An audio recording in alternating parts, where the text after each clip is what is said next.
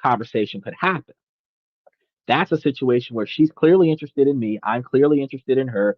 She and I both want to meet at a later date and time because right at this moment isn't a good time. And we are discussing where we're going, and how we're going to divide the cost. That is the most effective way to go. But in modern dating right now, especially with the Gen Zs, the desperation of the guy, he's chasing down the girl, he's begging for her attention because she will see him coming and ignore him. And then she will force him to put in extra effort to get her attention and then beg her to go somewhere with her. The guys, not knowing what the women want, will offer to take her anywhere. What would you like for a date? First thing the woman is going to do is challenge his wallet by throwing down the most expensive style of date. Well, if we're going to do dinner, I only eat steak and lobster. You already know that steak is 85 to $100 a plate, and lobster is about the same. So if she's going to get a surf and turf situation, she might find 150 to $200 a plate type of restaurant when they only explain steak and lobster because only 4 and 5 star restaurants are producing steak and lobster on their menu. And that's the left side of the menu, which is the most expensive items on the menu. And if she's going to get a steak and lobster meal, that steak and lobster meal is going to come with more than steak and lobster. And that's what I'm telling you, that it's a ploy. And in that situation, if you're paying for her time, her presence, and in that dynamic, that steak and lobster meal that she otherwise would not have been able to afford for herself and would not have bought for herself on a regular basis, that steak and lobster meal is her reward for entertaining your offer to spend time with her, because you're not going to get to know her. You're going to be trying to impress her that you've got money, you're funny, you're entertaining.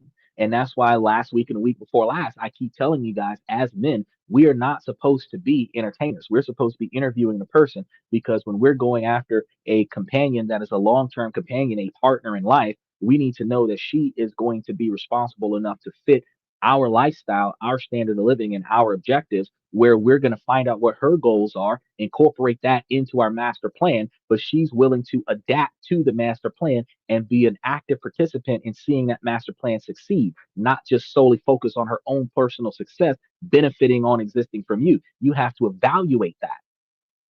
But if you're begging her to go somewhere with you, you're not evaluating if she's worth your time. You're propositioning her to go somewhere with you. And in that situation, you're, because beggars can't be choosers, the guy's by default gonna pay. The guy's by default gonna pay. Because if he begs her to go somewhere, let's say I'm take you to Six Flags. We're gonna have a whole lavish day. We're gonna go to a resort later. We're gonna have a 5 star meal. We're looking at like $800 night, right? Then when the check comes, you're expected to pay the other 400. No, bro. They thought they were getting a free day. That would have cost $800 that they don't have to pay. They would not have gone had they known. So the fact is, if you're when the check comes, it's not always clear. But when the check comes, the man is supposed to pay. I disagree with that, but that's the way it is. Michael says, I see I'm past my time. I never had to interview a girl. First date is McDonald's. Back in the day, we didn't have to interview women, because back in the day, before the women were burning bras in the street trying to be equal to men by dominating men, back in those days, women were determined to succeed with the man that they chose. And back in those days, women put more effort into the man's success. They put more effort into the relationship, and they're not doing that these days. And that type of woman, you did not have to evaluate her to determine that she was beneficial to your operation. Back in those days, back in the 60s and 70s, the women were looking not just at the house, barefoot, pregnant, taking care of the kids. They were managing the finances. Guy goes to work, gets the money, brings it back, gives it to his wife, and the wife took care of everything. So if the house was financially successful, it's because she managed the money right. He went out and got it, and she managed the money right. If the house was not successful, one or two things went wrong. He didn't make enough money, or she didn't spend the money correctly. Nowadays, the women don't want to have that responsibility. They don't want to manage the finances. They don't want to manage the day to day operations around the house because the first time they're put in a position to be perceived as being housewife criteria, they shame that, they shun that, and call it some type of oppressive. And that is a problem because the partnership requires somebody to go out and get the money and somebody to come back and balance the budget. In the Philippines and in Japan, women manage the money to make themselves successful. The man focuses on how to get the money, and the women focus on how to make the money go further for the family. And in the Philippines, in Asia specifically, the women budget the money to buy houses, to buy cars, to keep their family looking like the epitome of success without wasting any money. They have housekeepers, nannies. These women know how to make the money go further. And to prevent from wasting money unnecessarily, these women will proactively get out there and fix things themselves instead of paying a repair guy to come and fix it so that they can save money on unnecessary things. They definitely balance the budget. You're not getting that in Western culture. So when you think about the duties and responsibilities of a partner, if she's not willing to perform any other duty other than smiling, sleeping with the guy, and then asking for money or demanding it, what kind of partner do you have? If she's going to pay for her part of this, meaning that if y'all are living in the same house, she's going to be a roommate and pay half of the utilities and half of the rent, but she's basically going to take care of herself. You have exactly that, a roommate, not a partner. You have a live in guest that's taking half of your financial responsibility, but you don't have a partner. And that stigma that we've discussed already before, where women gain 23% more financial responsibility when they break up in a relationship, and the man that they broke up with gains 41% more discretional capital that he's no longer spending on his relationship. The 17% difference between the 21% or 23% increase in her expenses and the 41% decrease in his perspective, that means that there's about 17% of money that didn't need to be spent that was done just to impress the girl. And this is why relationships suffer financially. But that's down the line. We're talking about the rules of dating and courtship and the responsibility where there's a gender differentiation that isn't always universal. Life gets better with age. We all step on our donuts at times. You got to remember though, life gets better with age in different ways because with men, we become more valuable. So, like you're 70 years old, more women will approach you and give you the time of day than what they would approach me being 30 years younger than you. Likewise, women are more valuable with less age. So more men are approaching the women when the women are younger, and less men are approaching the women when the women are older. So the older she gets, the lonelier life becomes because less men want her attention unless she's a damn good partner. So a 40-year-old woman is single with a bunch of single female friends, and she might have the occasional hookups, but she's less likely to have a long-term relationship if she did not put in the extra effort to maintain that early on. But a 20-year-old might have 15, 20 guys waiting for their turn. 20-year-old guy fighting 40 other men or more to be that one guy. But a 70-year-old guy might have 30 women entertaining his time. And 15 or 20 of those women might be 18 to 25. That's the dynamic. Michael says better build a nest, an apartment or a home, and she'll be more impressed with your success than taking her out to dinner. But see, that's the other thing though. The In order for you to get her to your house, a lot of the modern women are expecting the men to waste a bunch of money on an excursion that will convince her to go back to his place. They typically judge the man by the clothes that he wears in the car that he drives. Even if he does not wear the kind of clothes that she would prefer, If he's driving the kind of car that she's impressed with, he would be car rich and she can ride around town in a nice car and she might be willing to go back to his place. And then when she finds out that he's on a Section 8 apartment in the hood with an expensive car, she has to rethink her position. But if he's driving a 20-year-old used vehicle and he kind of looks a little sharp and she decides to see what it's like and he drives her back to a 5 bedroom house in the middle of the suburbs, she's like, oh, I got a good one. But she's still judging you by your resources, not by your financial spending limits, not by your responsibilities. He said, I'm cooking dinner. Would you like to come over? That's a good way to get them. But again, she has to like who you are. You guys have to have chemistry. If you That's a good pickup line at the grocery store, but that's not a good pickup line away from the grocery store. If you're at the grocery store, you got a lot of stuff in your cart.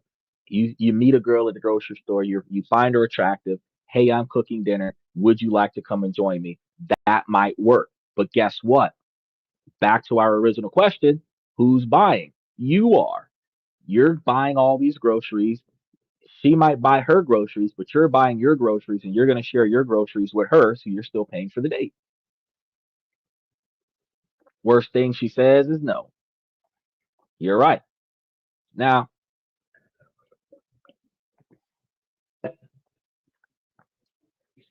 what's romantic for a man in one country can feel offensive or old fashioned to a woman from another country. And on the flip side, what's an empowered act for a woman in one country might seem cold or confusing to a man from another country. He said, still cheaper than the restaurant, and I can cook. Bro, I can I can cook. But you know what I've never done? I've done it. I can't say I've never done it. I've done it twice in my life. Invited a girl over for dinner that I cooked. One time was a date. One time was in a relationship. Every other time that I cooked, her ass was just there. I didn't ask her if she wanted me to cook dinner or anything like that. I was hungry and she wasn't in the kitchen. So I said, "Well, let me go and get us something to eat." Because the magnitude of my expectations are, because I eat all the time. I eat throughout the day while I'm awake. I eat right before bed and I eat right after I wake up. So if I'm hungry, odds are you're hungry. If you haven't eaten yet, I'm not going to eat without you unless you've already eaten. So, what this means is that if you haven't eaten, and I know you haven't eaten, and I'm hungry, you must be hungry. So, let's get you something to eat so that I can eat too. Still partially selfish, but I never forget about you because I'm making sure that we both eat. If I delayed eating to make sure that I ate with you, I'm starving. You need to be hungry so that I can eat. How do you like your spam? Spam in a can. Oh my God, he tripping. Now, dating rules aren't universal. And that's what we're supposed to be talking about. That's today's topic of discussion. They are tangled webs of gender, culture, and geography, all shaping what we expect from each other. So we all have these unwritten manuals in our heads, handed down to us by our culture and upbringing. So for guys, the book might have chapters like you must be the pursuer or always pay. For women, the chapters might be like let him lead or maybe never let a man think you need him. And that's actually some of the ones that women are starting to go by here in 2025. They want the man to lead, but they don't want the man to believe that the woman needs the man, forcing the woman to be in a dependent position, which is a double standard because in order for him to lead, you need to depend on, count on, and trust his leadership. So if you don't need him to make decisions, but you choose to count on and depend on his decision making process, you're supposed to be gauging his thought process, not his wallet. But what happens when the rule book for him and the rule book for her come from two different planets, two different locations, like we discussed yesterday? That's what we're here to figure out. So we're going to unpack the traditional etiquette and expectations to find the most shocking differences in dating rules for men and women around the world. And we'll look at who's supposed to make the first move and who pays for dinner, how to show affection, and how on earth you're supposed to define what the relationship even is. This is a journey into the heart of, here we go with that again. It just popped up out of nowhere. And it's, hold on, it's lingering. Let's see if we can get rid of it before it gets rid of us. This is a journey into the heart of our romantic wiring.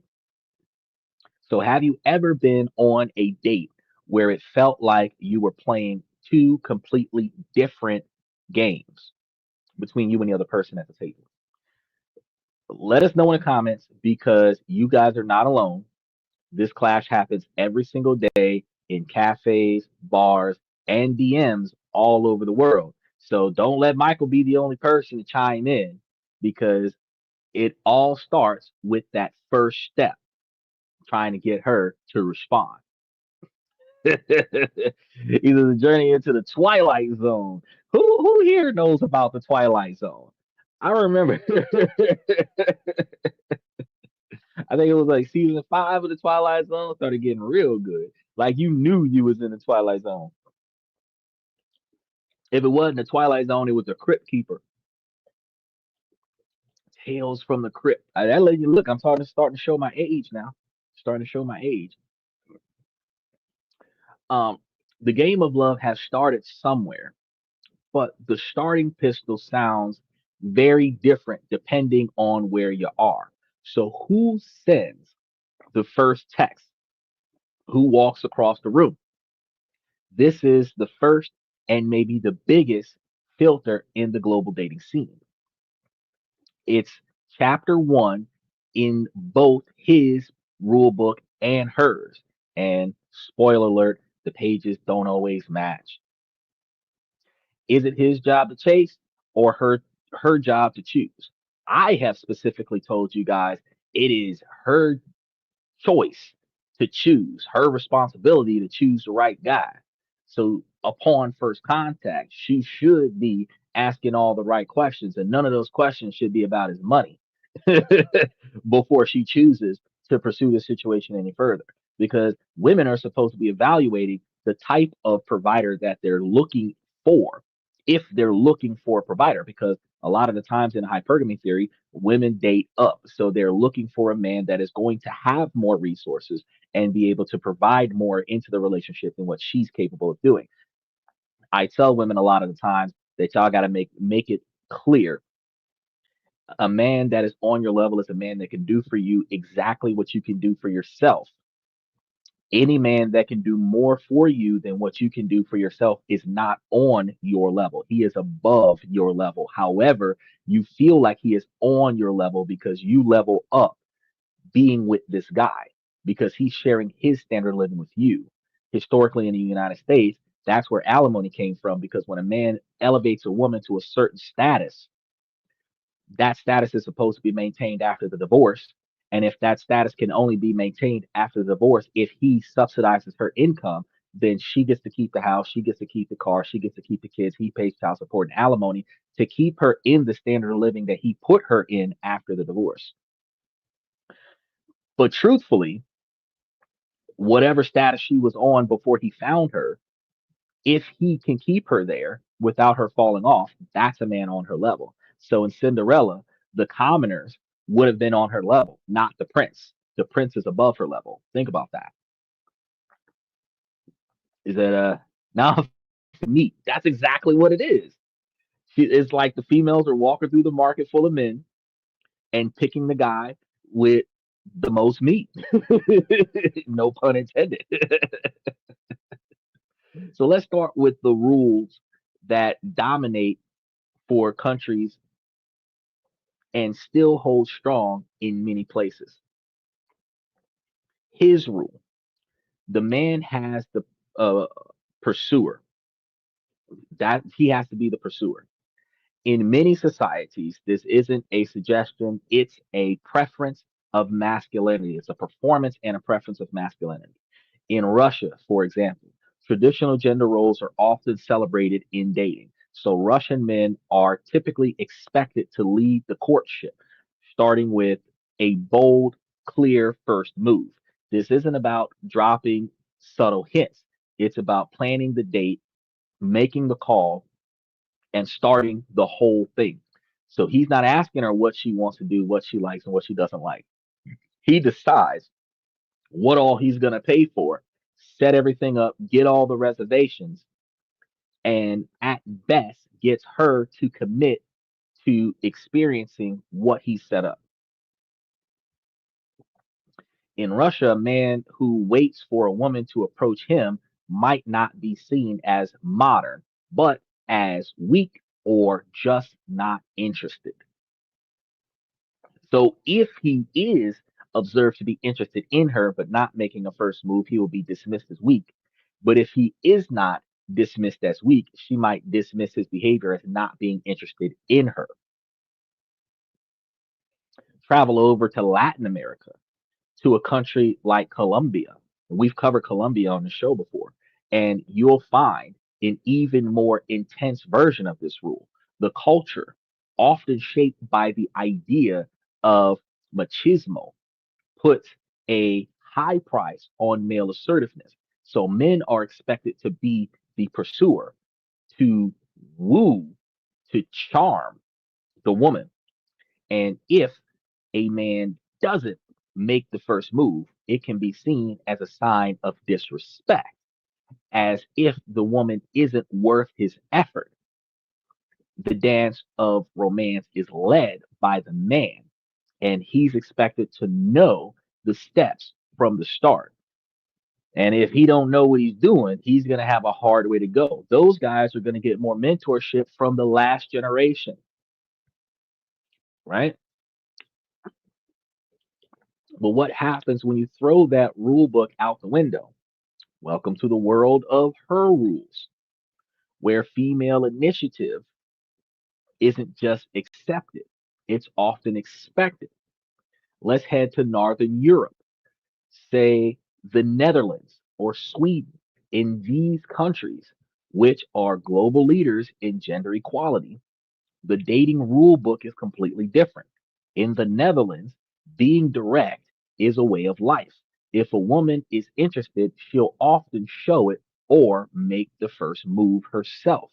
A guy who comes on too strong with a chase strategy might just seem pushy or, in fact, desperate. Dating apps have had to evolve for these changing norms. Bumble, which was built on women making the first move, found that nearly half of its female users wanted more options for how to initiate conversations, showing a desire for flexibility over rigid rules. The rise of female initiative is a global trend, with one survey on the dating app Badu finding that the United States is where women are most likely to make the first move, specifically women over 30. However, this creates a fascinating contradiction. While a Match.com survey found that 95% of American men are often in favor of a woman initiating the first kiss, only 29% of women actually do it.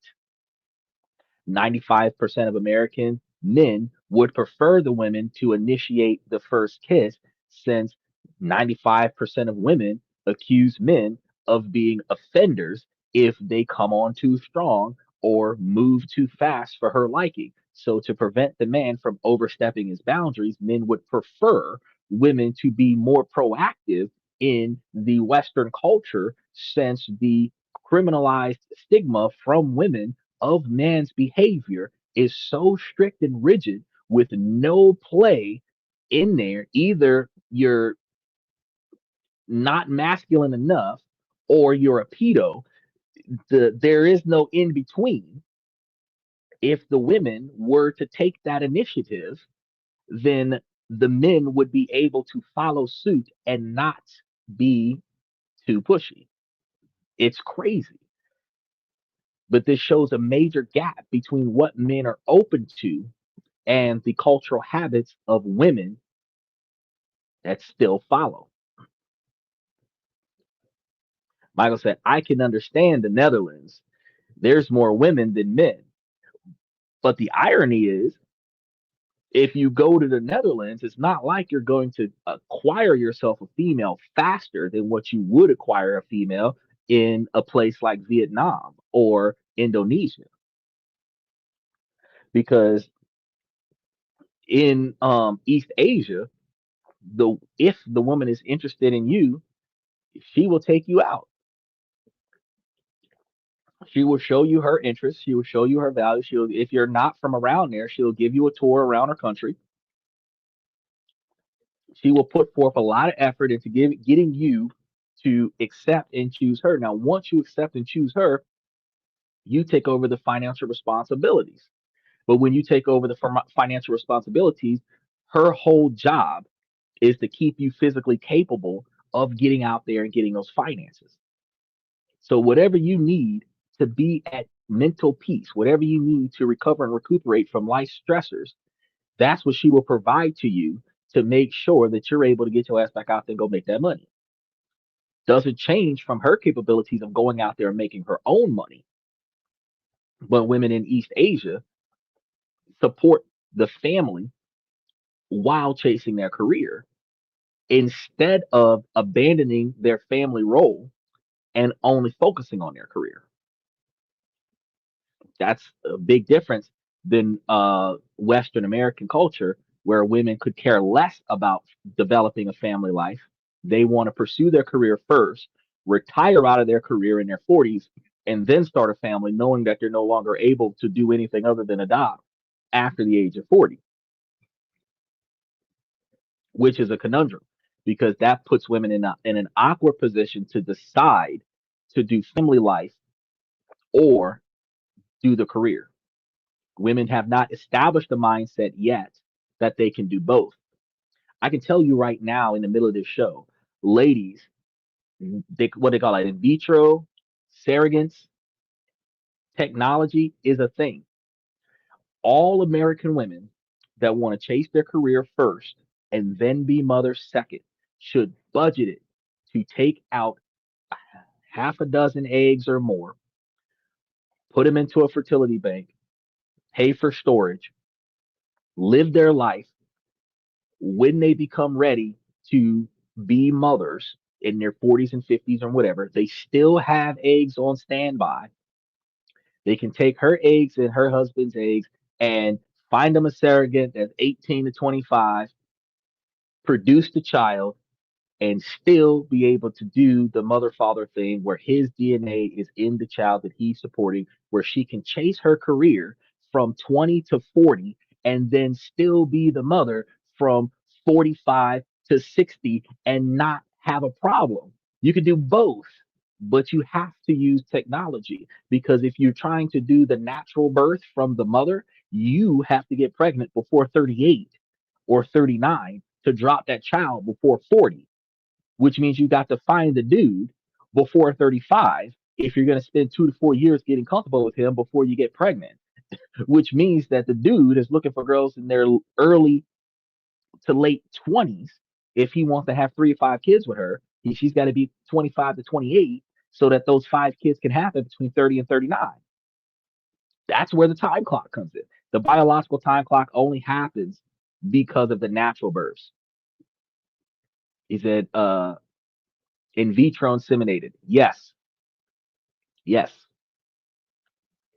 And all of these things are the technology is more advanced now, but because traditionally, and that's one of the issues with the abortions. There's a lot of women that are angry because of the abortion laws. You could have took 40 or 50 different eggs and put them on a shelf and then got you a hysterectomy and you wouldn't need an abortion. And then you could take the eggs off the shelf and then get the in vitro and produce the children after you're ready.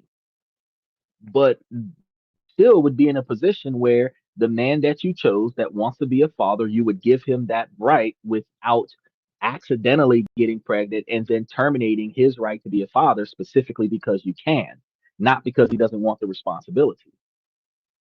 So, ladies, chime in as y'all come through here. Chime in. Tell me what you think. If you disagree, make sure that you put your 2 cents onto the comment section because I'd love to hear what you think. He said, at 70, I don't want kills. I can tell you, uh, oh, you don't want kids? Oh, because I was about to say, I'm at 40, I don't want kills either. So, I'm not a big fan of abortion unless it is literally going to compromise your health. Compromising your health means that you will not survive carrying the child to term. That is what I'm talking about. If it's a complication, because every birth is going to be a complication, and um a birth that has a higher risk of complications older in life for women that are closer to 40 and older than 40 makes it more of a problem for the men because now the man has to choose between saving the child or saving the mother. And if the complications at birth are that high after the age of 40, it is unhealthy for the man to choose a woman that is going to end up sacrificing her life for the sake of giving birth to the child. So he ends up abandoning the idea of having children with that woman. They can adopt somebody else's kid, or, like I said before, use technology, but you've got to plan ahead. You say you don't want kids. Ah, I'm trying to have a starting lineup for a hockey team. I'm trying to have my Mighty Ducks. I would like to create like 10 or 15 kids and kind of have like this Charlie's Angels scenario where it's like all girls, you know, if possible. So always open to the idea. But see, guys who are not interested in being fathers anymore, you've reached the age where you don't want to change diapers anymore. You have to understand that your opportunities to find a partner are a lot higher than a guy that's still desiring to be a father, because the guy that's still desiring to be a father has to stop his selection process at women that are still capable of reproducing. Um, Men that are only looking for companionship, that could care less if she's capable or willing to be parents, or even have kids, then he's looking for a woman of any age. Even you could be okay with a woman at 69 at 70 years old if she's willing to be a good partner to you. See what I'm saying? But and usually at 69, since it's so hard to find a partner, she would be capable of being a partner at 69. But the dynamic is that there is a larger majority of men that's 40 through 70, 40 through at least 75, 80 years old that still look to fatherhood, that are still looking for those women that are under the age of 30 that are still able to reproduce. And that's one of the dynamics that's shifting things for the ladies. So who's in control of the dynamic? That's one of the questions that we have. Historically, it was expected that the men had the control. The expectation of male pursuit is a direct product of patriarchy, where men were positioned as the initiators and the providers. Now, this cultural script dictates that men's value is tied to his assertiveness. However, the dynamic currently is shifting. As women gain more economic and social power, they are increasingly taking control of the narrative.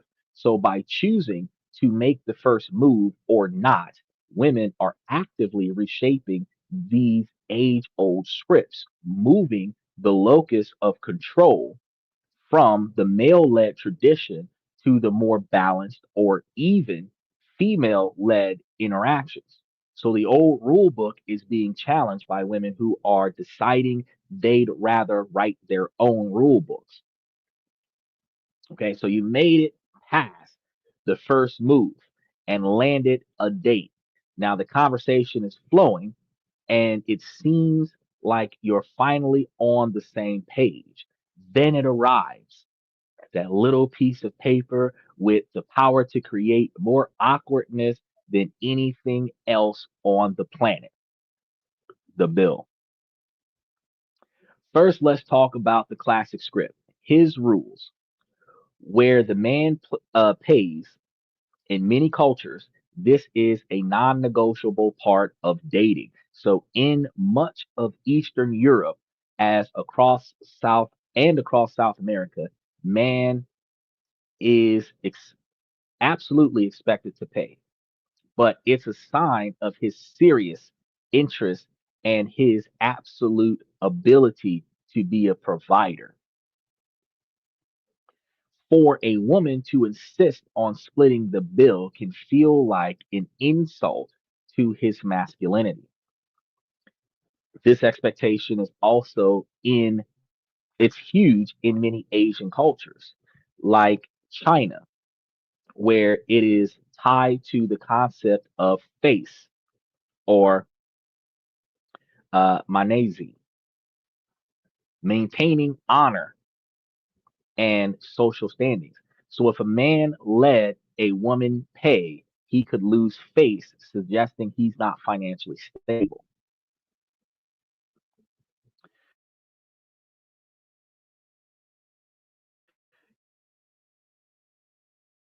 Ain't supposed to be taking her nowhere. But now let's flip and enter the world of her rule book, built on equality. Before we start that, hold on. In a marriage, the woman runs your social life, handles all financials, plus she invests in the future for both. That's only in the your generation. That's where that stopped. Your generation, my parents' generation, that's where that stopped. But I completely agree with you. The women were supposed to be able to control the man's social life. She knew his schedule. She knew where he was, where he was supposed to be. She knew when he was available. If she knew that he would be capable of performing in a social environment situation, she would schedule the plans, tell her husband about it. He would make himself available for whatever plans that she set up, whether he wanted to go or not. She would handle all of the finances, making sure that everything was right. And um, he would come to her for things that weren't inside of the budget. If he needed a new outfit, if he needed a something for work, if he needed a repairs for the car or needed a new car, he would check in with her first to get that stuff done. Um, he would have a little bit of spending money to pay for his own food and stuff to that effect. Maybe a little discretionary spending, grab himself a few beers or something like that. So if he wanted to surprise her with a gift that was outside of the budget, he would have to find a way to save the distributed discretionary funds that he had from his wife, balance that, and then go get her something nice outside of the budget. So he might spend less money on his own eating. He might spend less money on himself to save up enough money to go and buy her something nice without modifying the budget so that she would not notice that he's taking money to put towards something else to get her something nice. And then she would invest in the future of the relationship, buying new houses, buying new cars, paying for the kids' tuition, setting up college funds, Christmas, all of this other stuff. She would be working towards that. She would be focused on that. And if she did not have enough, she would tell the husband, and then the husband would go out and try to figure out a way to go get it. This doesn't take from whether or not she had a job and she contributed to it. This is the stuff that she did, regardless of whether or not she went to work. Women aren't doing any of that these days. There's an app to handle the man's social life. There's fintech to handle the man's financial life. And if the man ain't invested in his future, he just ain't got shit. Ladies, y'all got to tighten up.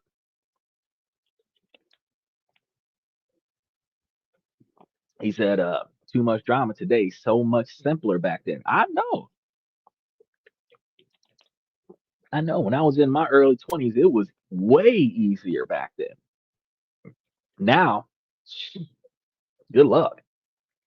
But let's go to a place like Germany and again, the Netherlands. And more and more in the United States and the United Kingdom. In Germany, splitting the bill is the default. In the United States, things are fuzzier. Despite decades of progress, tradition holds surprisingly strong. And a 2017 survey from Money and Survey Market, which is two different surveys. Money is a survey, and Survey Market is another survey. Both revealed that 78% of people believe that men should pay on the first date. Interestingly, men were even more likely to hold this view than women because 85% of men had this perspective and 75% of women had this perspective out of the 78% of people that thought this. Yet, he said, remember to like and subscribe. Yes, yes, definitely. Make sure that y'all like and subscribe. I don't know if I clicked that button. I did not. There it is. I appreciate you reminding me to put that up there.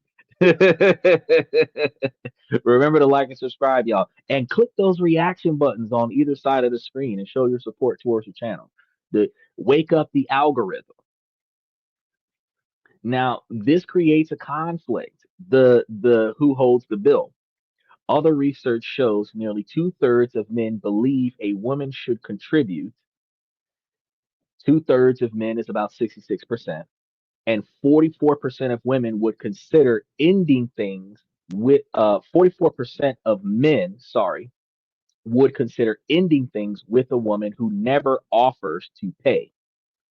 So about 66% of men would prefer that the women contribute, and 44% of men would walk away from the deal if the woman never offered to contribute. And a lot of women have took this into their mind and they put up a false sense of offering, knowing that they have no intention of paying, but they'll offer to pay so that the man will say, no, that's okay, I'll do it. Once he gives her the out to not be responsible for paying, but she offered, it shows a false intent that she could and would. Me, if you say you got this, I am not going to stop you. You got it. I want to see your card not decline on what you just asked for. Then on the next date, I will put that towards your next excursion. So if I was planning on spending $400 on you tonight, which I think is a stupid move, but if I was planning on spending $400 on us tonight, because half of that's going to be me, and you covered it, and then I decide, well, I was going to do something less expensive next time, add $200 to the take, and the next excursion I take you on is $600, and you're going to let me do the next one. But the fact is that if we did something even cheaper than that, where it's like $75 a person, $150 for the night, you covered it, and then the next night, well, I saved $150 on the last date, so I'm going to do a $250 date this time around. I'm going to up the game a little bit because she shows a little bit of responsibility in the last date. That would be the reciprocation for her being able to contribute. I still think that's a waste of money, but think about this though. Bowling is fucking $85 for the night for the two of y'all. If y'all go on a weekday, on a slow day, and buy the all night lanes, but if you throw food and drinks in there, you're spending $150 to go bowling. So he says, I'll pay, you get the tip. But if she pays, I'll get the tip. But the fact is in an egalitarian society where the women feel empowered to pay for themselves, it shows responsibility. I did say that alternating is more responsible for the two of you because you show mutual respect for one another, but that only works in the Western culture because, as we understand, in the other cultures, that might be determined as an insult. But this is where it gets messy and reveals who controls the dynamic. The rule that he pays is a legacy of a provider focused patriarchal system where men controlled resources. And this is back in the day when women did not have any resources. So she depended upon a man, whether it was her father, her brother, her uncle, or her new husband. These days, that's not the case. Special shout out to Toby Real. He said, who's this expert? Well, I'm Xander. from this and that, where we talk about this, that, and everything in between. Unless you have some expert opinions from me, because we're going off of statistics from a number of experts, in addition to all of the information that we've covered over the past 2 years. Exactly. Michael says, I'm the expert. Fair enough. Because we actually covered, me and Mr. Pibbs actually covered, me and Mr. Pibbs actually covered this, co-host of the show, as a matter of fact, who should pay on the first date, over a year and a half ago, matter of fact, because we covered this in 2024, between January and June, the dynamics of who should cover it on a first date. I like the shades. Thank you very much. They are prescriptions. So, in order for me to be able to read the information that I have gathered for you, I need to put on my prescription glasses. I make any deficiencies look good. Like your boy Will Smith off of Men in Black, suits you. Ah, thank you. Well, actually, I have quite a few pairs. The third pair, I'm trying to get the lenses put back into the frames, and that requires me to take. They're freaking $400 per lens. These glasses, plus the cost of the frames. They're not covered under insurance, but they are recommended by the medical professionals, which also means that I can get this type of tint put on my vehicle, and the Department of Transportation will give me a permit for it, so that if I get pulled over for that particular type of tint, they would not be able to give me a citation for it. It is interesting to do, to exploit my right to do things that I would want to do, but there's a dynamic there of, do I really want to go through that? I know why I'm being pulled over. And I caused that for myself. So if I did exercise that particular right, I would also bounce back on the fact that, um, I would have to be extra nice to the police officer, because while they're being an asshole by nature, because they're used to assholes tinting their windows like that, I would have to be extra respectful to the officer, because clearly he doesn't know that I'm different and I'm privileged. And since I'm privileged, I need to behave responsibly with my privilege, instead of being arrogant and obsessive, and making it to the expectation that he should have known before he pulled me over that I'm privileged. I do not carry the complexion of privilege. So I am supposed to behave differently. But I really appreciate the compliment. He said, they cost more than you and I. I tell women that when I go out on dates and excursions, because some women are like, oh, I like your shades. Let me wear your shades. And I'm like, no, ma'am, these shades cost more than you.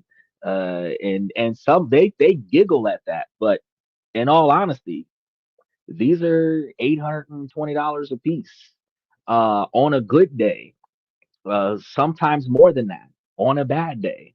And yeah, for somebody to want to touch them, no, because they would not have $1,000 to replace them if they broke them. So it's crazy. I like that fair play, dude. Hey, it is what it is what I invest fair play all the way across the board. So even in this discussion, I'm not a red pill, blue pill, black pill podcast. I am actually talking about, from uniformity perspective, I express that from a, this is a 72% right now, 72% male driven podcast from the male's perspective. It is always going to come from the male's perspective, but I also look at it, if you flip the script and the females were in charge, you would expect the dynamic to be the same. The responsibilities that would be adhered to by the women are the same responsibilities that are being forced upon the men from traditional expectations. Likewise, the leadership expectations from the men's perspective is that men are not dictators over the women. They actually consult with the women. The women are like their trusted advisors if they're in a healthy relationship. So they're not just bossing women around. They delegate when necessary, but they seek advice and wisdom from the women when they have good women. Now, the women, on the other hand, believe that they're only supposed to delegate, that they are not supposed to seek advice when they're in a leadership position. And that hierarchy causes problems in relationships, where women believe that men have a problem with women gaining um, advancements in their careers and gaining more financial income than the men. That's not the case. In Western culture, men are being oppressed by women that make more money than the man in the relationship because they feel like that's what a man would do if a man was in charge, but that's not the truth. The truth is that the man would ask her what she wants, what she likes, and what she needs, and he will make it a point to try to remember to go get that. The women get what they want, do what they need, and then tell the man that if he doesn't like that, he needs to be a better man and go and get his own and be the breadwinner and the provider. And they will shame and demasculate the man because he's not doing better than her, because he is expected to do better than her. No matter how good she's doing, he's expected to do even more than her. No woman will say, it's okay if you're homeless living in your mother's basement, I will take care of you. But no man will say, you better have a job to be my wife. The dynamic is not the same. So I come from a universal standpoint. Make sure that you guys like and subscribe and follow the channel on YouTube, Twitch, and Twitter. So, yeah, but even with the expensiveness of these glasses, guess what? Funny thing is, if my kids need glasses because they're going to have the same hereditary vision problem that I have, the kids' glasses cost $500 a piece. So, and health insurance ain't covering that neither. So I got to make money to be able to take care of my kids. I got to make money. But the good news is that if I go to a place like Vision Works and they're offering buy one, get one free, I can buy a pair of frames and lenses for myself and get another pair of frames or lenses for equal or lesser price to the value of mine. So if mine costs 804 and my kid needs a pair, I can buy one for myself and get a pair for my kid for free, and I'm still taking care of the family. But this is me being responsible. Find a good deal, save me some money. He said, when was the last time you got flowers? When I was in the hospital on my deathbed, that was the last time I got flowers. And I got it from a family member. When was the last time I got flowers in a relationship?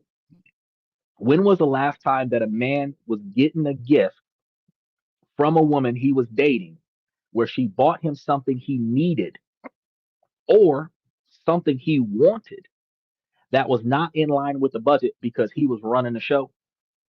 Never. Usually, there are women that will buy a man something that he needs out of the money that he gives her.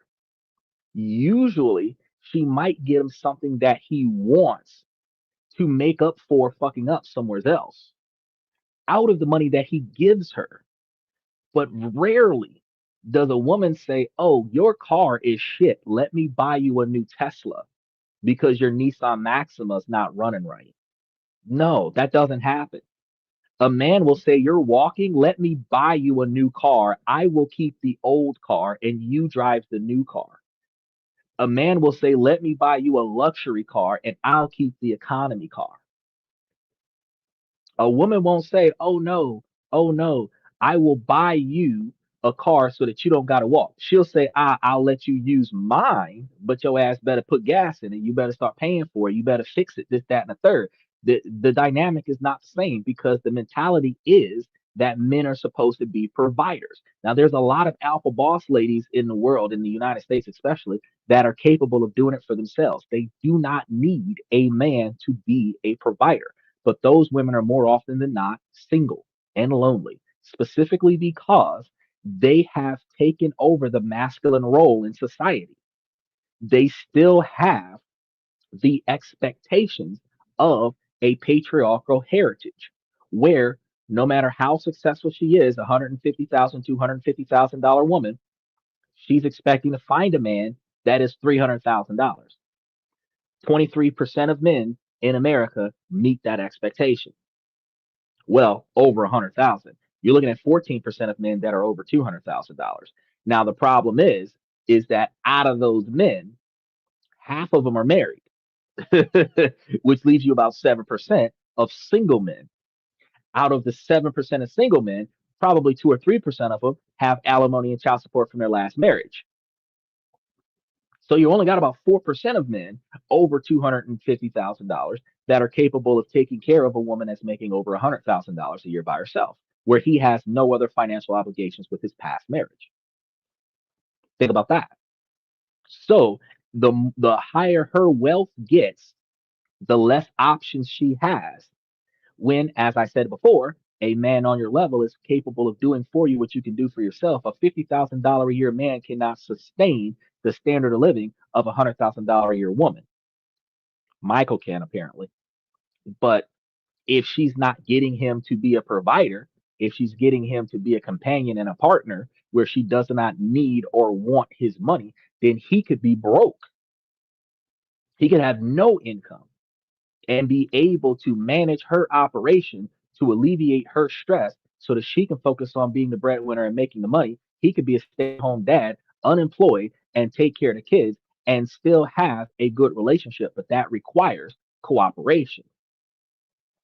But in Western culture, it is more often than not a power struggle.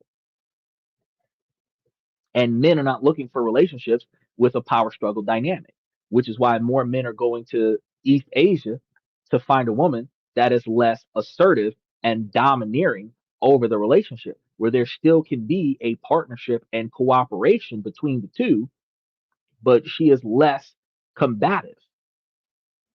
Now, by paying, a man performs his prescribed cultural roles.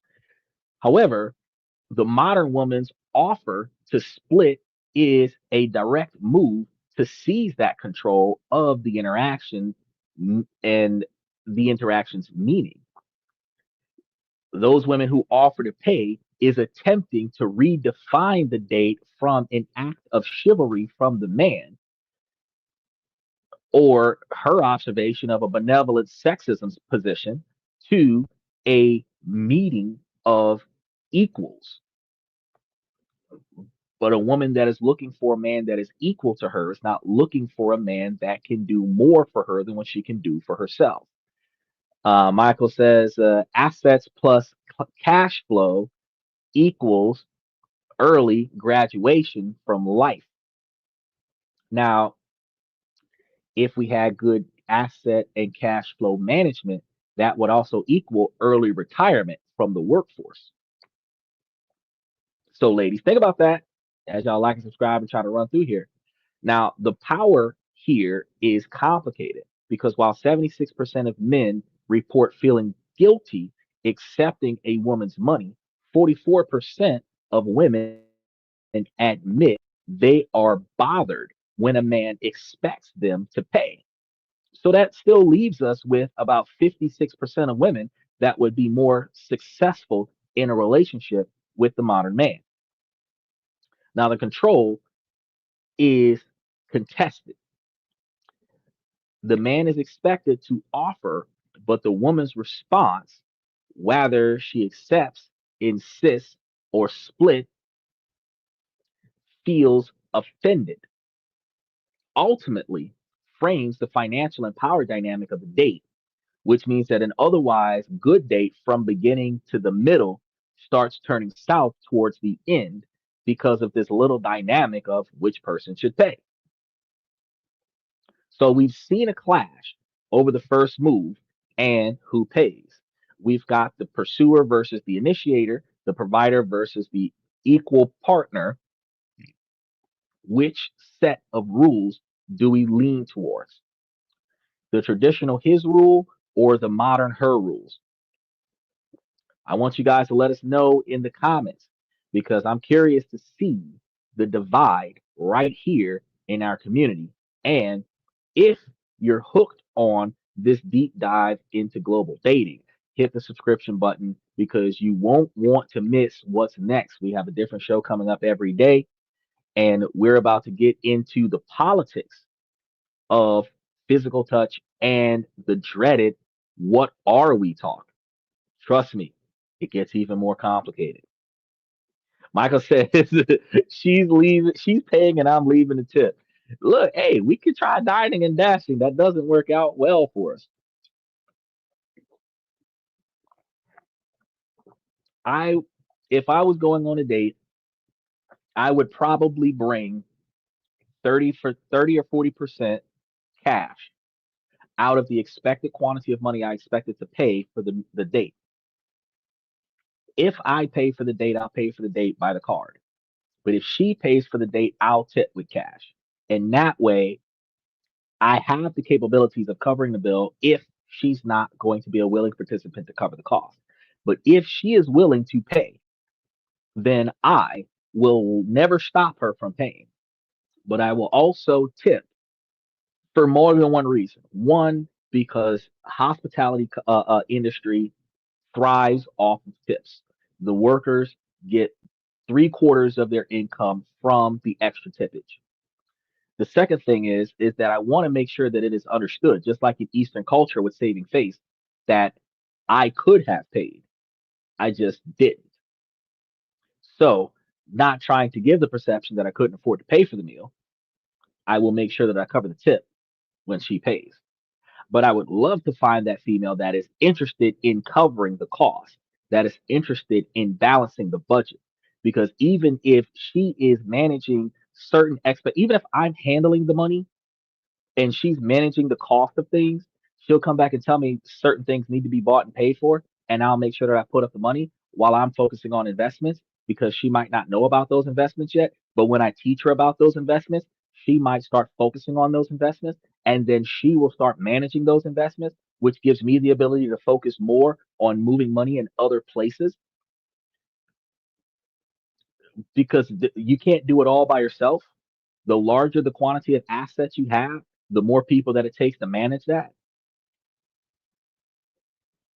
but you have a good partnership.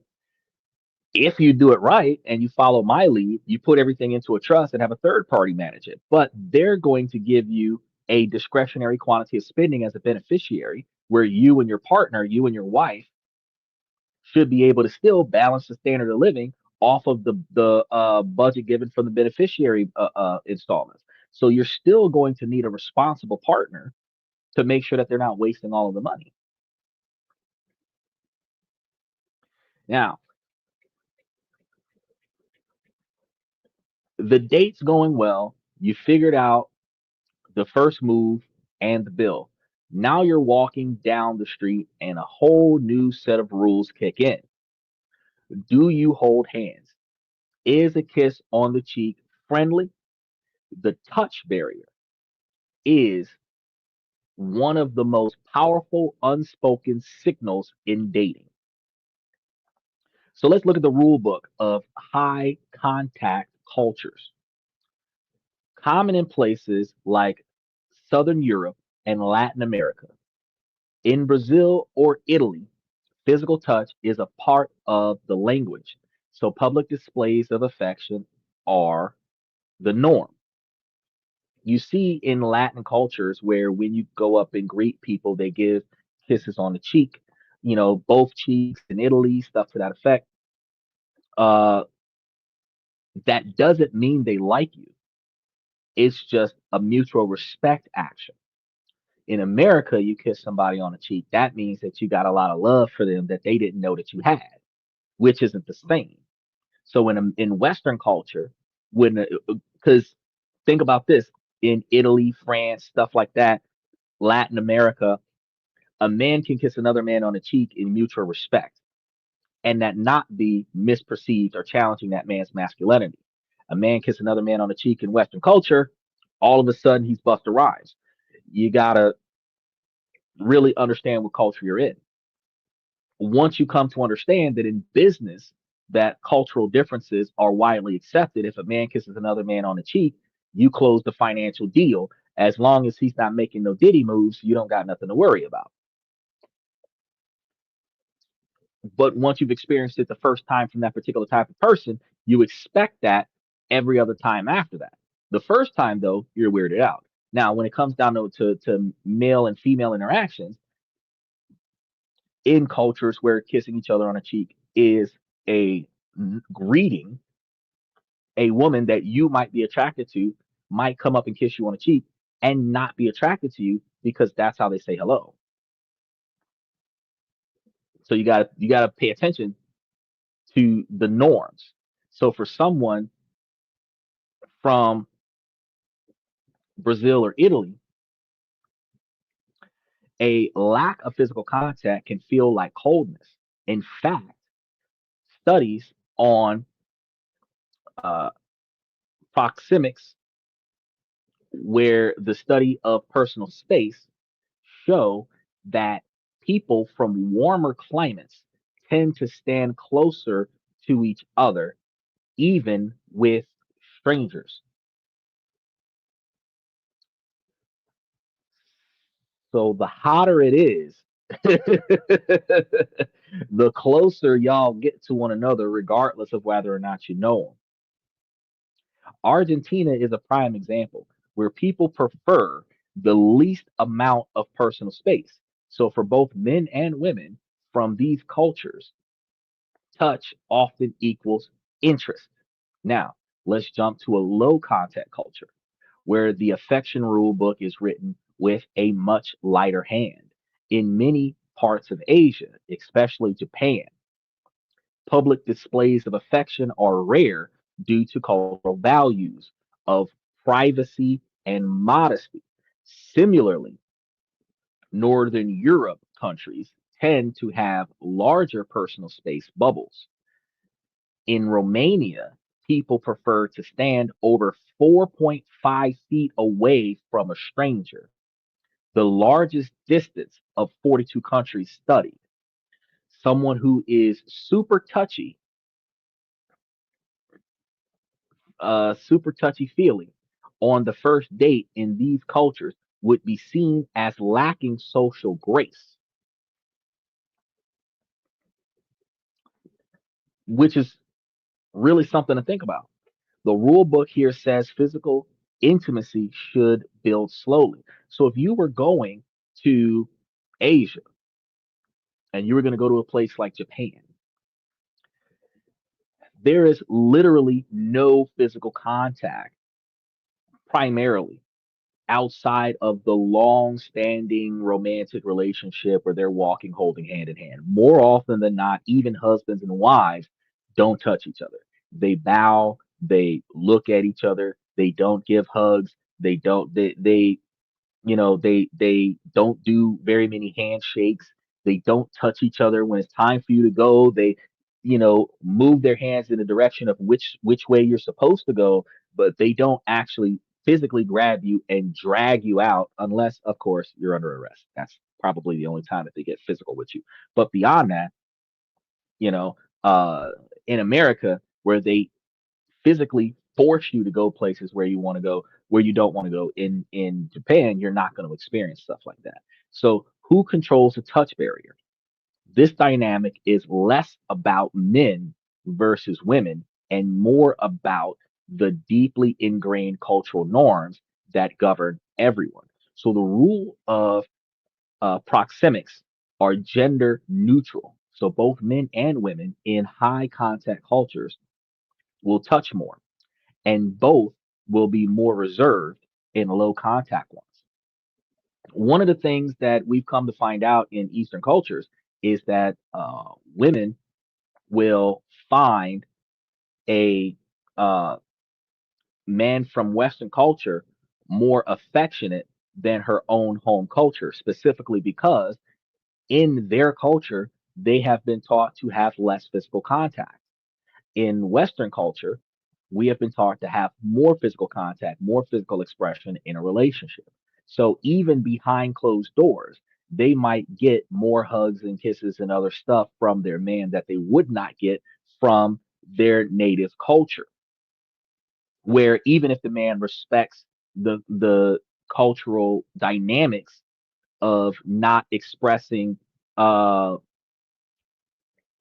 physical contact in public, they may still overly express physical contact in the home, which would be perceived as more beneficial for a person who misses or lacks that particular type of contact. It's a culture shock, but it's a beneficial culture shock, which is another reason why you would find that women in Eastern cultures are more expecting an American man or foreigner than a native, regardless of their race, specifically because of that particular type of dynamic, in addition to the financial construct of things, because people believe that Americans are rich because everything costs so much in America, which is ridiculous because Americans are poor because everything is so expensive in America. It just costs more money to be poor in America. What's the assignment of this weekend, please? Oh, okay. So, shit, that's a good question because a couple weeks ago we were talking about making $40 by Monday. Um, this week, I would say the best assignment to give is to save, or not so much save, but reduce the cost of your overall budget. Have extra discretionary spending available that you're not actually spending. I think that would be a good assignment. And I know that a lot of people already got their paycheck and started throwing money on their bills, but after you pay for your primary bills, this week's assignment should be that you don't waste your discretionary spending on anything that is not necessary. And necessary is not because you really want to do it. Necessary is not uh, because you like it. Necessary is because you will not sustain yourself without it. Necessary is that you not function without it. That would be a good way to look at necessary. So necessary is not buying subwoofers for your car because your sound sucks. Necessary is buying another spare tire, full size rim, so that you have an extra spare tire in your car when one of your tires go flat. Necessary is getting those brakes serviced on your car because you haven't serviced those brakes in a while. Get your oil change. Uh, Pay attention to yourself. Update your shaving equipment for the guys. If you guys shave, get your new shaving equipment. For if you go to a barber on a regular basis, you can go get you some stuff to kind of get something extra going on with taking better care of your hair. Because your appearance is how you make money. Go through your clothes and find clothes that are tattered and torn and worn out that cannot be mended by a tailor, and dispose of those clothes and put forth a budget to buy replacement clothes. um, those of us men, as we get older, we start gaining weight around the stomach. Women gain weight in all sorts of areas. Women gain weight in the thighs, they gain weight in the hips, they gain weight in the bust, they gain weight in the top, they gain weight in the stomach. But men only gain weight in the stomach area. So, fellas, take a look at your pant size these days. Right around your belly button, you want to take you some tape measure. Don't feel insecure about this and try to see if you can touch the tape measure together and see exactly how much you are in size. And then take that measurement, compare it to the men's pant size, and go buy you some pants that fit instead of tucking the pants under your stomach, holding up your stomach with those elastic pants that stretch far beyond the limitations of those pants. Get you some pants that fit. You'll feel more comfortable, which will give you the ability to function better in life. Dunlap's disease. Yeah, you have to do better about doing for yourselves because men sacrifice themselves in their lives, their entire lives, for the sake of the people they love. It starts with their family members, then it's their friends, then it's their girlfriend, then it's their wife, then it's their children. Never do the men ever prioritize themselves. So this weekend you want to reduce unnecessary discretionary spending and then focus on the man. So, ladies, if you got a man, focus on him. Man, if you're the dude, focus on yourself. Whatever it is that you need that you have not gotten for yourself because you were prioritizing other people, do that for yourself this weekend. And it's need, not want. You don't need a case of beer. You want that. You don't need a pack of cigarettes. You want that. You don't need to re up with your weed supplier. You want that. You understand? Take good care of yourself. So that's going to be my advice for you guys for this weekend. Continuing on, because we're a little over halfway through, we got a little bit more to go. The consequences of breaking the rules in certain cultural societies, as far as the lack of or expression of physical touch, is not natural or even neutral. Let's see. Michael says, great subject. Good night. I'm gonna see you tomorrow night, Michael. Thank you for coming. I know Michael typically steps out right about this time, 12:30. Oh, Michael, we're gonna be on Monday. I'm gonna remind him if he's not here yet. On Monday we're gonna be starting earlier. We're gonna be trying to tee off at about 10 so that we can cover a larger majority of the topic before 12. So stay tuned for that.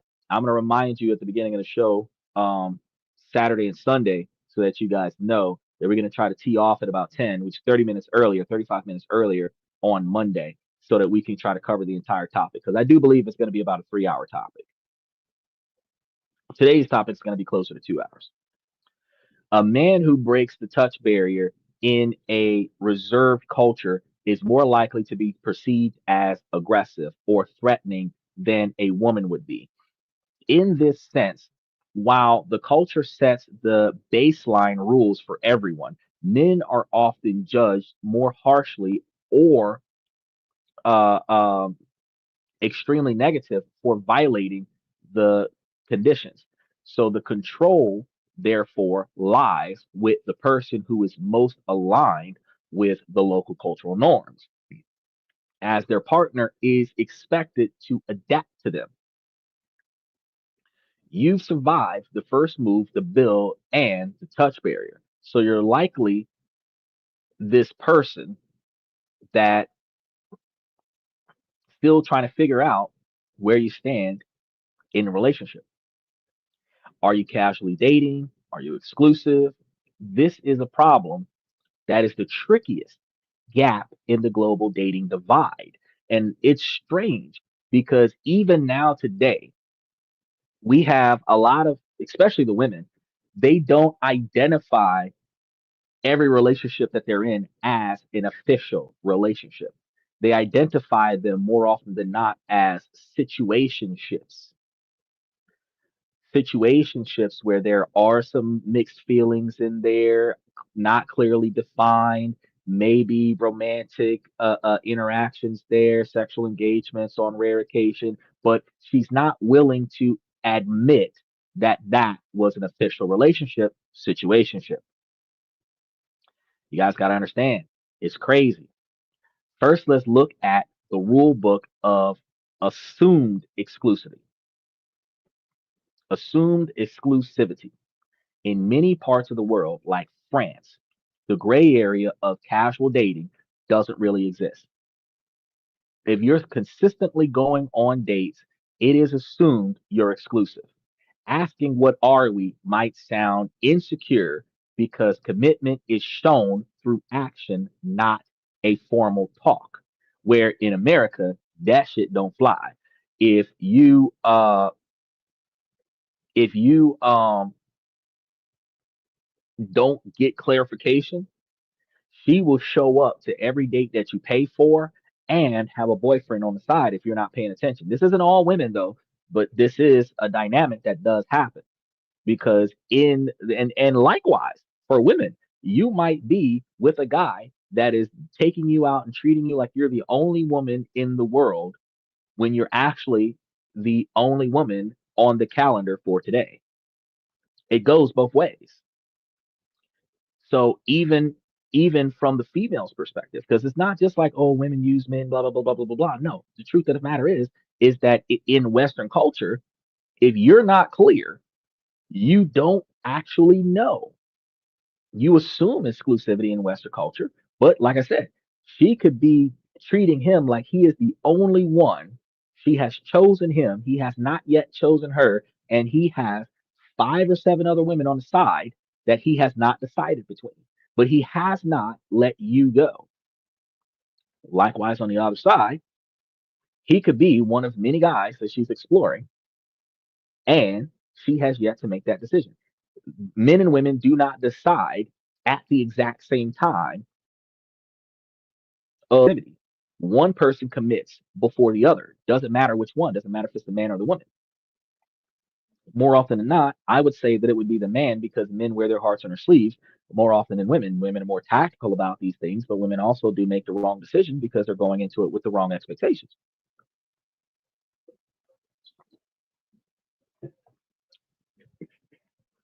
This is even stronger in cultures where dating is directly linked to marriage, like India and China.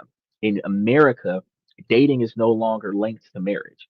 The dating culture is now being defined as hookup culture, meaning that the goal of interacting with this person, when you communicate with this person to convince them to the first date, you're convincing them for the first date to impress them, to lead them to a sexual encounter. or you're dating them for the first date to lead to a second date to a third date to eventually one date will lead to sexual encounter, where either it will end up as a one night stand or multiple sexual encounters with the same person. But it is not designed. The modern 2025 hookup culture that is the dating pool is not currently designed to administer first contact for a lifelong partnership. We have to change our mentality to get back to that. The traditional Chinese culture, Asian culture, Indian culture are the cultures that are still wrapped around the idea that if I spend enough time with just you, that we're going to end up married at some point.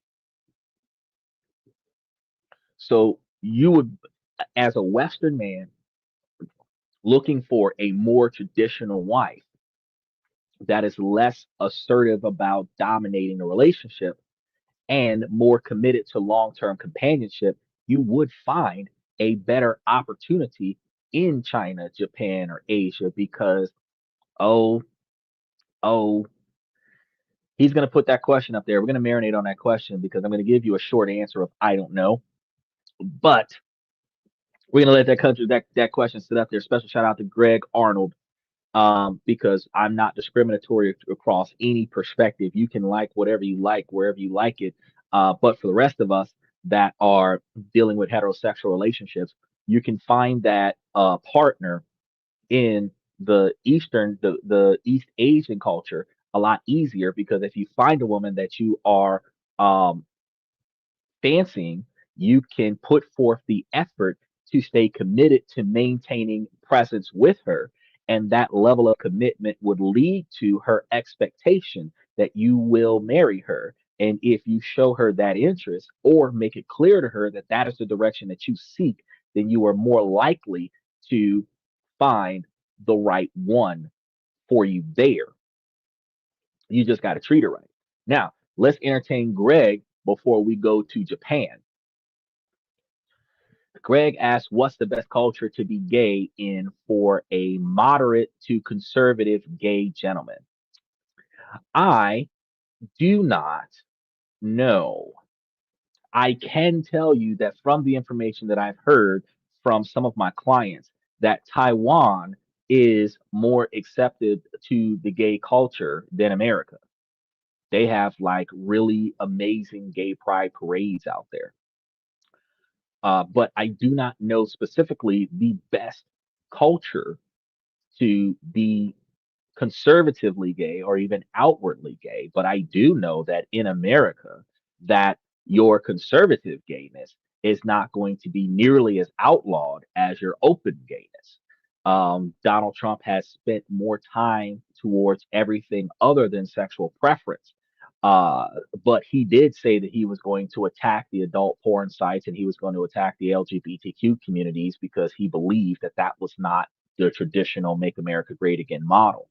So while more than 70% of Americans voted for him, which includes a majority of Republican homosexuals and women, uh, everybody who hates the decisions that are being made while laws are being passed in every state to slowly but surely dwindle out the porn sites off of their platforms, you're looking at the next step after that is the openly gay behavior or um, more logistical attacks on gay marriage. I have no opinion on that either way. I just know that it's a thing that is going because he's got 4 years to fuck shit up. Okay, we're on the third going on fourth quarter of the first year of him fucking shit up. He's got 3 years and like 5 more months of fucking shit up to go. Both, and that's if he doesn't run for another term, if that's even possible. And if he was to do 2 terms where he can do the last 8 years of his life as president of this United States, then he would have almost a decade of turning this country on its head. So the United States is not as favorable as it was when it was under Democratic rule. So I can only tell you, uh, if that's your choice in life, you probably would be more successful in Taiwan. Now, Japan has another fascinatingly clear system, the Kokuhaka, Kohu, Kokuhaku. That's how it's written. I gotta pronounce that somewhat. A formal confession where one person asks the other person to be their exclusive partner. Somewhat of what we've got going on in America. And this erases the ambiguity that plagues Western dating. This discrete path is also reflected in life's milestones. The average age of first marriage in Japan is around 31 for men and 29 for women. And the process is often seen as more straightforward than in Western culture. So you might see in Japan that as a man in your 40s, you can probably find a 25-year-old, spend a little bit of time with them, a few weeks, a couple of months, and then sit down and have that talk. The same way your manager would have that talk about promoting you on a job, you would have that talk. This has been going well for a while. You have a lot of promise. Let's get married. In their culture, because everything is financial out there, not the relationships, but everything is financial out there.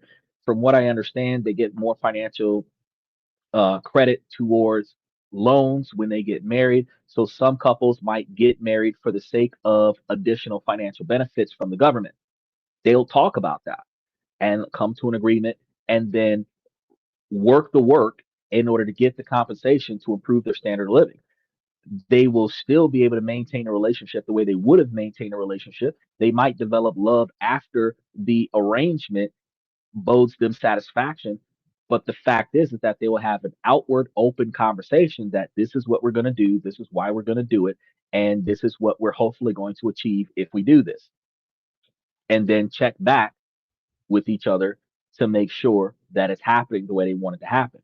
Now, compared to the American model of casual dating and the DTR talk in the United States, there's a widely understood phase where you can date multiple people at once, where the relationship only becomes official after the talk.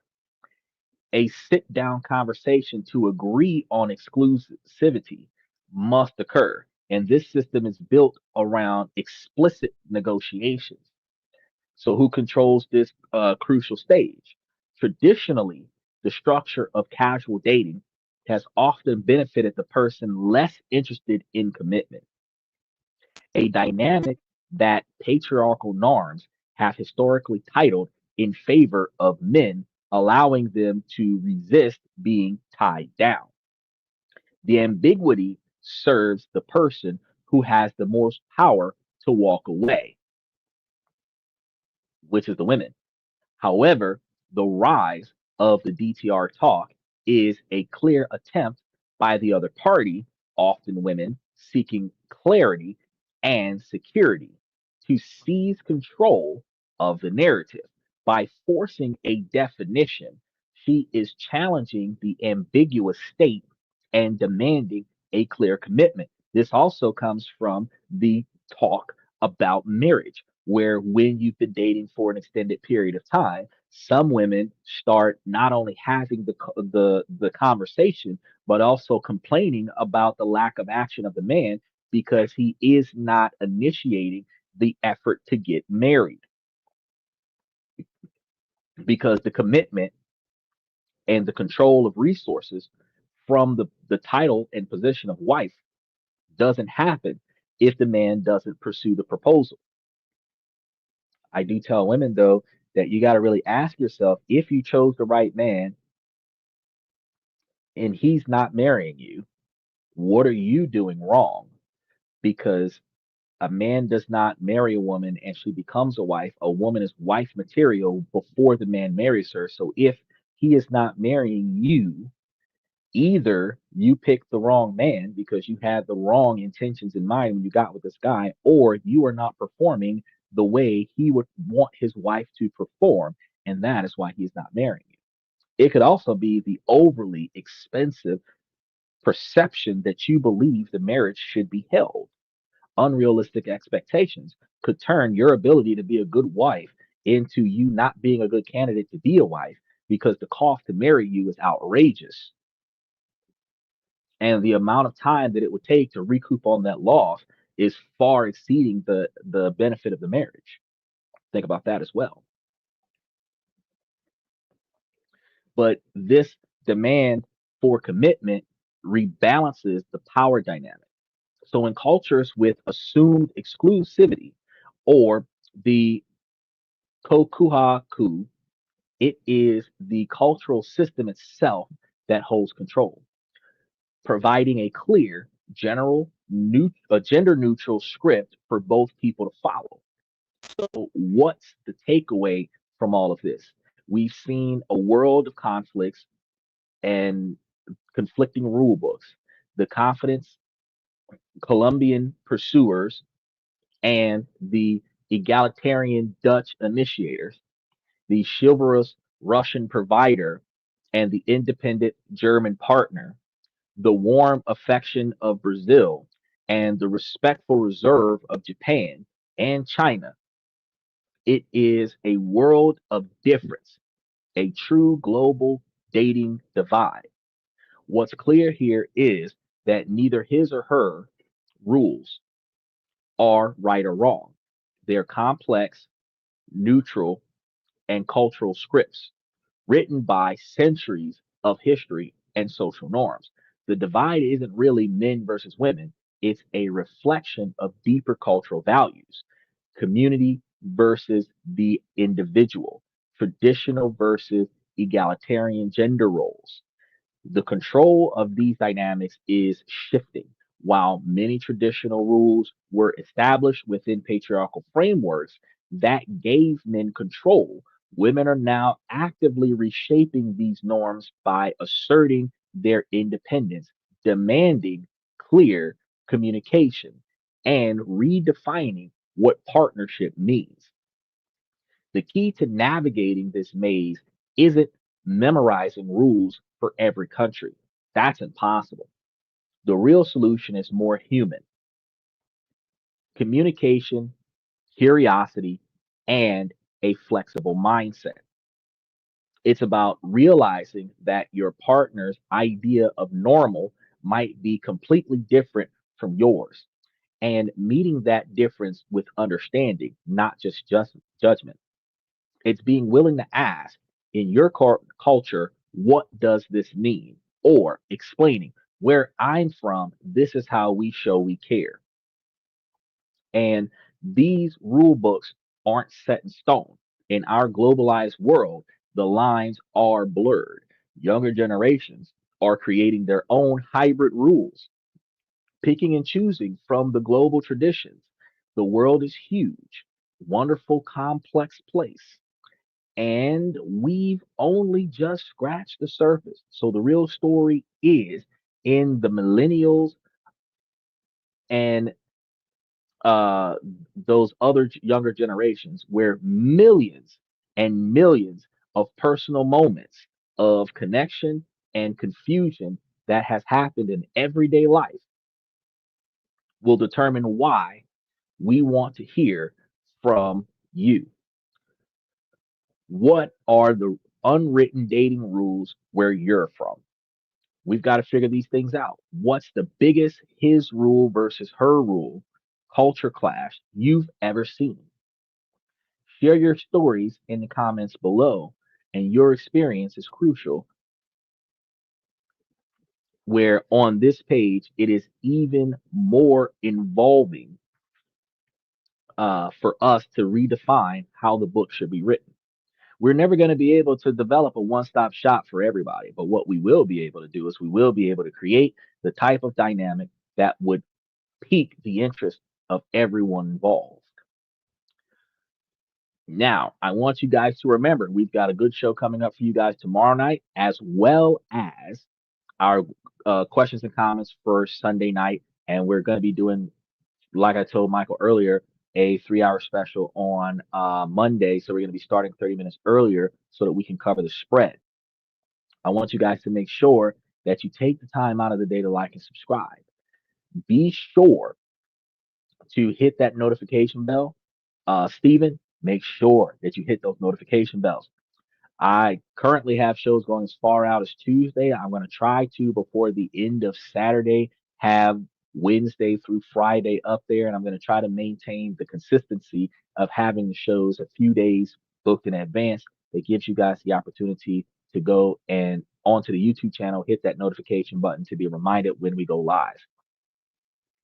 Ladies, as long as the situation doesn't make sense, I'm going to keep asking you to make it make sense. So, ladies, please make it make sense. But, fellas, again, I tell you, this is a 72% male driven podcast from the male's perspective. And I give you this information to help you guys become higher valued men. But this information is not gender exclusive. And, ladies, I can reassure you that you can take all the information that I'm giving to the fellas and utilize this to make yourselves higher valued women. So, it is up to you. With that being said, I want to thank you guys for coming to this nap. I'm your host, Xander, where we talk about this, that, and everything in between. And I will see you guys.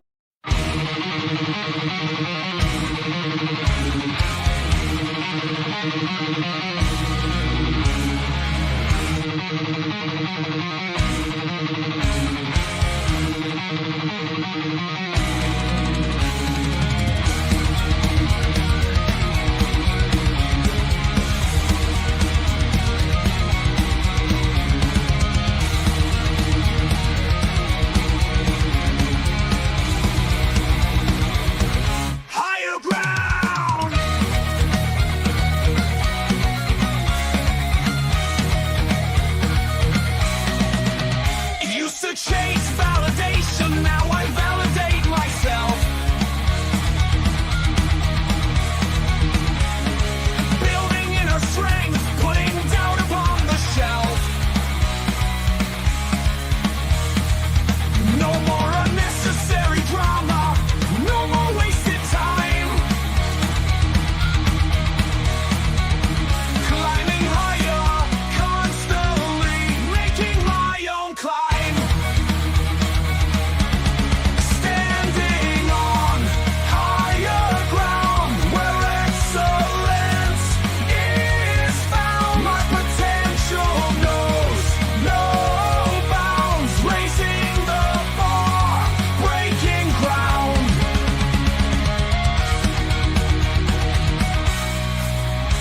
My network is my net worth. Choose your company wise. Surround yourself with eagles, not with sheep in disguise. Every interaction is a reflection of my brand. Quality over quantity, that's my personal command.